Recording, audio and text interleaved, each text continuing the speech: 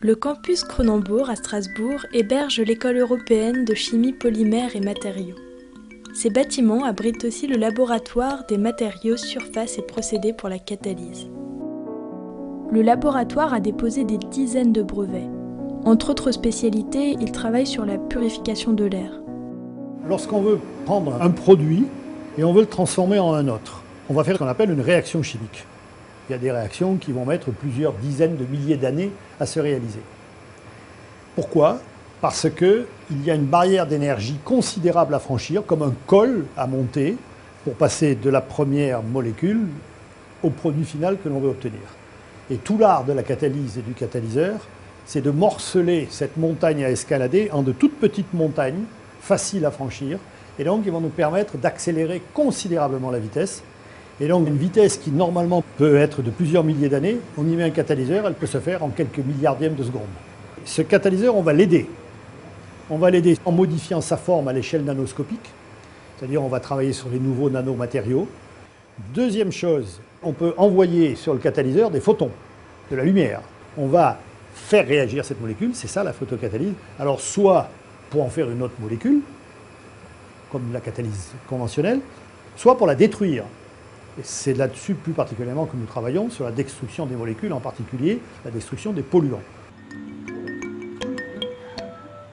Ici, vous avez la première étape de test de performance des matériaux photocatalytiques que nous avons synthétisés. On essaye d'utiliser des polluants modèles qui simulent au mieux les polluants de l'atmosphère intérieure. Dans les procédés de dépollution, on est coincé par un dilemme.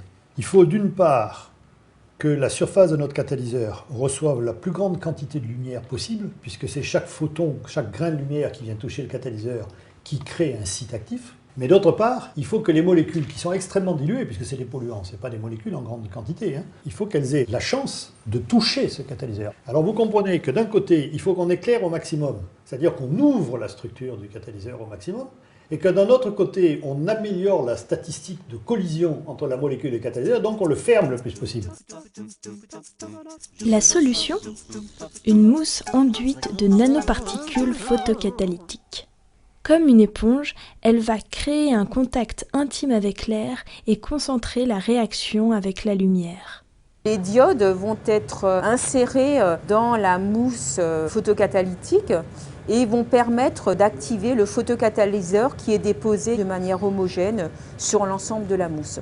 Et donc le flux pollué ou contaminé va venir traverser la mousse et donc à la sortie, on va avoir dégradation et décontamination de l'air pollué qui était rentré de l'autre côté. Donc voici un exemple de miniaturisation d'un dispositif de traitement de l'air. C'est un prototype de laboratoire.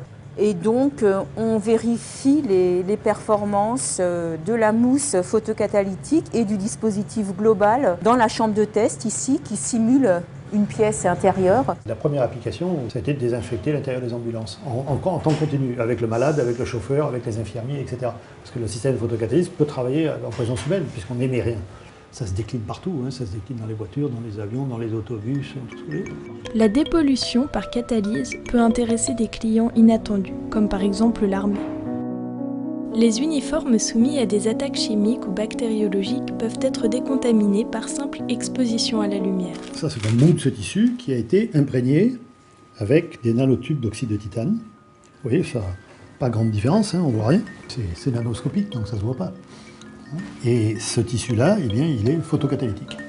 Bientôt la robe de soirée à nanotubes catalytiques ?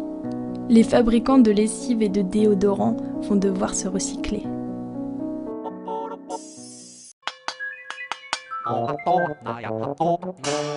YouTube